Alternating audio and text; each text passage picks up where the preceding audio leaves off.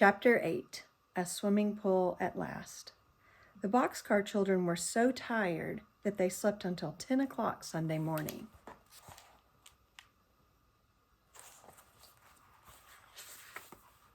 When they woke up at last, they hurried through breakfast and went to work on the swimming pool. "We'll make a dam across the brook," said Henry. "Here is my cart," said Benny. "I'll cart stones and logs in it." "Good for you," laughed Henry. First, the 4 children went down the brook to look at the pool Jessie had seen. The water was quiet here, and there was clean sand all around the little pool. "It's big enough for a swimming pool," Henry remarked, "but I don't think it's deep enough." He put a long stick in it to see how deep it was. When he looked at the wet stick, he found that the water was about a foot deep. "The swimming pool should be 3 times as deep," he said. "Then it will be deep enough to swim in and won't be too deep for Benny. We'll build the dam here with logs and stones." While the other children started the dam, Jessie washed all their stockings. "We won't want our stockings on while we're working in the brook," she remarked, as she rinsed them and hung them on the clothesline to dry. "So this is a good time to wash them." It was hard work building the dam, but the children liked hard work. Henry and Jessie pulled the logs to the brook, and Violet and Benny carried the stones, with the help of the cart. Now and then, Henry was called on to help with a heavy stone, but the 2 younger children carried most of them. "Splash the stones right into the water," Henry told them, "but be careful to keep them in a line between these 2 trees." The children watched with delighted eyes as the wall of stones under the water began to grow higher and higher. "The rock wall will help to hold the logs in place," said Henry. At last it was time to lay the logs across the brook. "Let's lay the first ones between these 2 trees," said Jessie. "Then the trees will hold both ends of the logs." "Good work," cried Henry, much pleased. "That's just what we'll do." But when the first big log was splashed into place on top of the stone wall, the water began to run over the top of the log and around both ends. "Oh dear," cried Jessie. "The water runs around the ends every time. What shall we do?" "We'll have to put lots of logs on with brush between them," said Henry. "We'll put on so many that the water can't get through." They laid 3 logs across with 3 more on top of them and 3 more on top of those. Violet filled her arms with brush and held it in place until each log was laid. Benny filled the holes at the ends of the logs with flat stones. Such wet children never were seen before. But the hot sun would dry them off, and no one cared.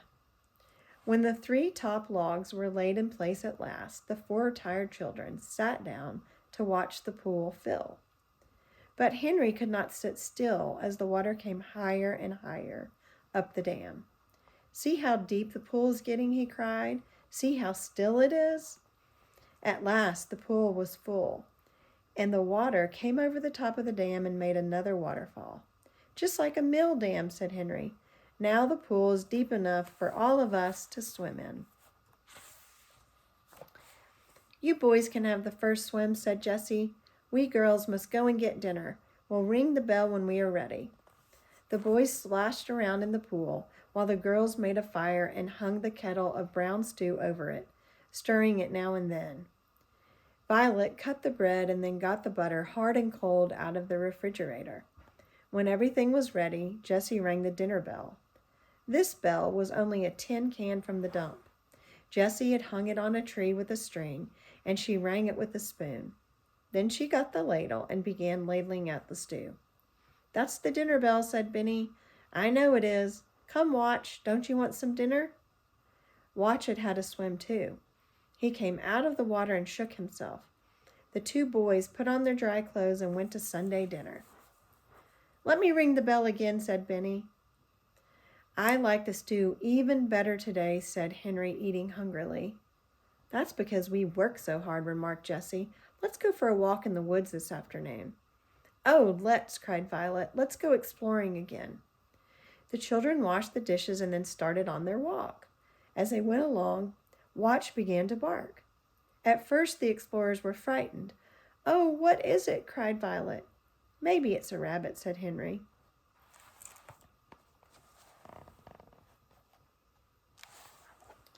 Then they saw a hen running away through the woods. Watch ran after her, but Henry called him back.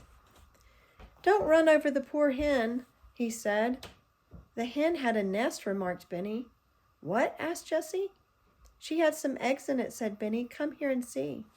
Jessie looked on the ground where Benny was pointing and saw a nest with 5 eggs in it. "A runaway hen," said Jessie. "She wanted to hide her nest so she would have some chickens. We'll have the eggs for supper.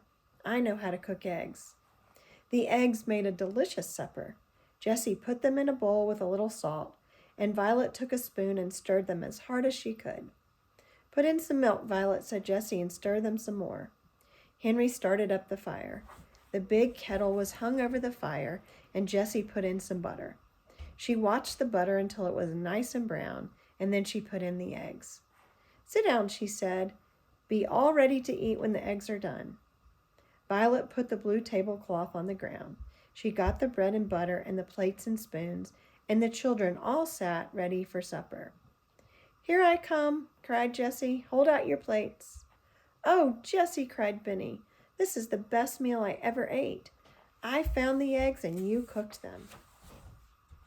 "Yes, you did, Benny," said Henry. "Thank you for a fine meal." "Tomorrow we will have to eat bread and milk," said Jessie. But when tomorrow came, the children had more than bread and milk, as you will soon see.